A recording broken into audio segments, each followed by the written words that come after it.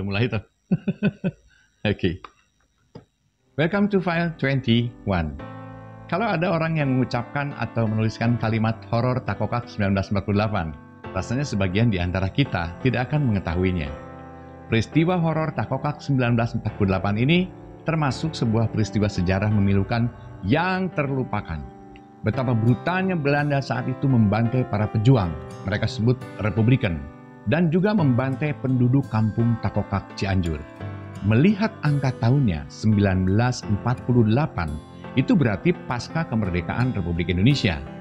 Logikanya, peristiwa ini tidak harus terjadi, karena kita sudah merdeka. Tidak ada lagi penjajahan dan lokasinya pun bukan di lokasi yang panas, seperti Surabaya, Jakarta, atau Bandung. Tapi kenyataannya berbeda. Horor Takokak 1948 adalah salah satu dari sekian kisah sedih yang masih menjadi misteri hingga hari ini. Tidak banyak orang tahu. Wajar jika Anda juga tidak mengetahuinya. Kejadian ini terjadi di kawasan perkebunan teh wilayah Cianjur bagian selatan, di mana 74 tahun lalu telah terjadi pembantaian besar-besaran yang dilakukan oleh militer Belanda terhadap para pejuang Indonesia atau Republikan. Bagaimana peristiwa itu bisa terjadi? Padahal kita sudah memerdekakan diri. Ini dia kisahnya. Yuk. Ceritanya dimulai dari sini, sebagai ekses dari perjanjian Renville. Pada tanggal 8 Desember 1947, bertempat di atas anjungan USS Renville, sebuah kapal angkut pasukan milik Amerika Serikat, dilangsungkanlah perundingan antara Belanda dan Indonesia yang ditengahi oleh Amerika Serikat, Belgia, dan Australia. Dalam perundingan itu banyak poin kesepakatan yang dinilai berbagai pihak sangat merugikan Indonesia. Salah satu keputusannya bahwa TNI atau Tentara Nasional Indonesia saat itu harus mengosongkan Jawa Barat dan sebagian Jawa Timur dan memindahkan pasukannya ke daerah Republik yang diklaim oleh Belanda hanya meliputi kawasan Yogyakarta dan sekitarnya saja. Saya kutip dari sebuah buku Siliwangi dari Masa ke Masa. Hasil kesepakatan perjanjian Renville diterima dengan setengah hati oleh pihak tentara. Kendati pada akhirnya mereka menerima keputusan itu untuk mengosongkan Jawa Barat, namun secara diam-diam Panglima Besar Jenderal Sudirman sendiri lewat Letnan Kolonel Sutoko telah memerintahkan pucuk pimpinan Divisi Siliwangi untuk tetap mengkoordinasikan perlawanan bersenjata di tanah Pasundan. Dan untuk mengelabui pihak Belanda, tentu saja pasukan-pasukan ini beraksi tidak mengatasnamakan Divisi Siliwangi. Mereka bergerak sebagai pasukan liar yang seolah-olah tidak berkoordinasi dengan pihak Republik. Sebut saja salah satunya adalah Kesatuan Jaya Pangrerot di Cililin yang tadinya berasal dari Yon Sugiharto. Namun sayangnya, aksi rahasia yang dilakukan TNI ini bukannya tidak tercium oleh pihak militer Belanda. Guna mengantisipasi aksi-aksi yang dijalankan oleh pasukan liar tersebut, pihak militer Belanda memutuskan untuk menjalankan operasi-operasi pembersihan di daerah yang ditinggalkan oleh pasukan Siliwangi. Dan salah satu kawasan di Jawa Barat yang dinilai corak Republik yang masih kental adalah Sukabumi. Di daerah itu, bukan saja propaganda-propaganda pro-Republik sering berlangsung, namun juga penyerangan pos-pos militer Belanda sering terjadi. Kadang-kadang terjadi secara sporadis. Kekacauan-kekacauan ini tentu saja menimbulkan kemarahan pihak militer Belanda. Menurut seorang saksi sejarah bernama Acep Abidin, 90 tahun sekarang usianya, tidak jarang seusai terjadi penyerangan terhadap pos-pos militer Belanda, operasi pembersihan langsung dilakukan beberapa jam setelah kejadian penyerangan. Acep Abidin berkata, rakyat sipil dikumpulkan setelah diintimidasi beberapa kaum lelaki dari mereka diambil dan dimasukkan ke penjara militer Van Hayden yang terletak di Sukabumi. Menurut Acep Abidin, anggota Liguin Veteran Indonesia Takokak ini, operasi pembersihan yang paling sering dilakukan yaitu di kawasan Nyalindung dan Sagaranten. Itu bisa terjadi mengingat dua tempat tersebut memang dikenal sebagai basis fanatik kaum Republik. Selanjutnya, dari Van Hayden tadi, secara berkala orang-orang yang dinilai militer Belanda sebagai kaum Republik itu dibawa ke wilayah Takokak itu.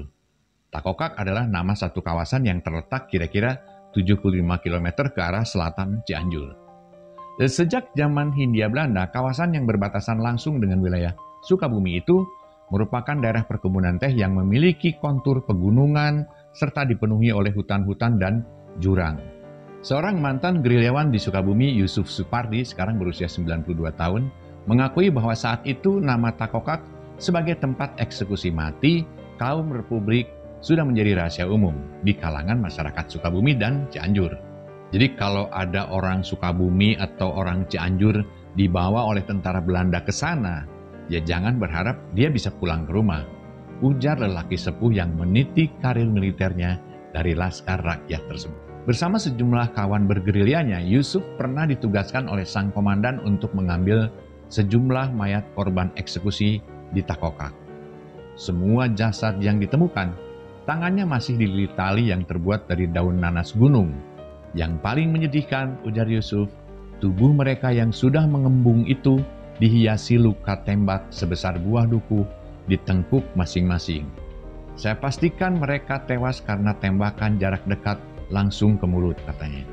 Saksi lain yang sempat menyaksikan proses pembantaian di Takokak ini adalah Andin Subandi, sekarang usianya 83 tahun. Sebagai seorang penjajah buras, buras itu lontong yang berisi oncom di dalamnya. Dengan mata kepala sendiri, ia sempat menyaksikan rombongan tawanan diangkut ke sebuah truk tertutup yang disupiri dan dijaga beberapa tentara Belanda bergerak pelan melintas di depannya. Mereka lantas dibawa ke sebuah dataran tinggi bernama Puncak Bunga dan kemudian dieksekusi secara bersamaan. Mayat mereka kemudian dilempar ke jurang. Kejam sekali. Namun Puncak Bunga bukanlah satu-satunya tempat horor di Takokak. Masih ada beberapa tempat lain yang dijadikan ladang pembantaian kaum Republikan. Sebut saja di Ciawi, tempat Yusuf dan kawan-kawan menemukan 5 jasad. Pal 1 Ciengang, Jalan 5, Gamblok, Cikawung, dan Pasir Tulang. Di tempat terakhir bahkan diperkirakan jumlah kaum Republikan yang dieksekusi paling banyak dibanding tempat-tempat lainnya di Takokak. Ramai diberitakan bahwa hal ini melibatkan Westerling. Apakah dia terlibat atau tidak? Hingga kini belum ditemukan keterangan dari kesatuan manakah tentara-tentara Belanda yang melakukan pembantaian di Takokak ini berasal. Namun menurut Acep, ia sempat mengetahui salah satu pemimpin grup para pembantai tersebut bernama Werling. Apakah si Werling yang dimaksud adalah Kapten Raymond Pierre Paul Westerling, si jagal pimpinan pasukan khusus Angkatan Darat Belanda yang terkenal sadis itu? Saya sendiri belum bisa memastikan itu karena tentunya harus ada riset khusus untuk mengungkapkan soal ini. Namun, yang jelas dari apa yang saya tahu, tanggal 17 April 1948, Mayor Schill, Komandan Pasukan 111 RI di Tasikmalaya, sempat membuat laporan kepada atasannya. Schill merasa gerah sebenarnya dengan ulah pasukan elit anak buah Westerling di Korps Speciale Truppen atau KST yang pada tanggal 13 dan 16 April 1948 mulai membantai 10 penduduk sipil di Tasikmalaya dan Ciamis. Mayat mereka kemudian dibiarkan tergeletak begitu saja di jalanan. Kebrutalan KST dan komandannya ini lantas bocor ke media dan menimbulkan protes keras di dalam negeri Belanda sendiri. Pada tanggal 16 November 1948, setelah 2,5 tahun memimpin pasukan khusus Depot Speciale Truppen atau DST, kemudian namanya diganti menjadi KST, Westerling diberhentikan dari jabatannya dan juga dinas kemiliteran. Penggantinya sebagai komandan KST adalah Letnan Kolonel Kenil van Beek. Usai resmi dipecat, si Westerling ini lantas banting setir menjadi pengusaha sayur mayur di Pacet, suatu wilayah yang jaraknya hanya sekitar 90 km dari Takokak. Mungkinkah beberapa bulan sebelum menjadi bandar sayur mayur, ia menyempatkan diri terlebih dahulu menjadi seorang jagal di wilayah Takokak? Soal ini tentunya harus ditelusuri lebih jauh. Yang jelas, belum ada angka yang pasti mengenai jumlah korban kegilaan militer Belanda di Takokak tersebut. Namun, 70 kerangka yang saat ini dimakamkan di Taman Makam Pahlawan Takokak, sesungguhnya baru sebagian yang ditemukan. 3 saksi pembantaian yang masih hidup bahkan meyakini jumlah korban sejatinya bisa sampai angka ratusan. Apakah soal ini akan terus terkubur seiring berjalannya waktu? Jawabannya diserahkan pada kita-kita. Orang-orang yang katanya mewarisi sebuah perjuangan mereka saat ini. Sekian, semoga bermanfaat.